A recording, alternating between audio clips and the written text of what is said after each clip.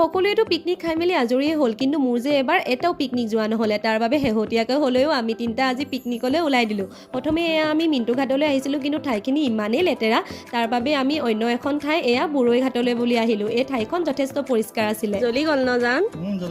এটা কাঠিতে জ্বলাই দিলে দেই ল'ৰাটোৱে আমাৰ। সোনকালে কাটা দেই। কাটি আছোঁ, হৈ যাব এতিয়া।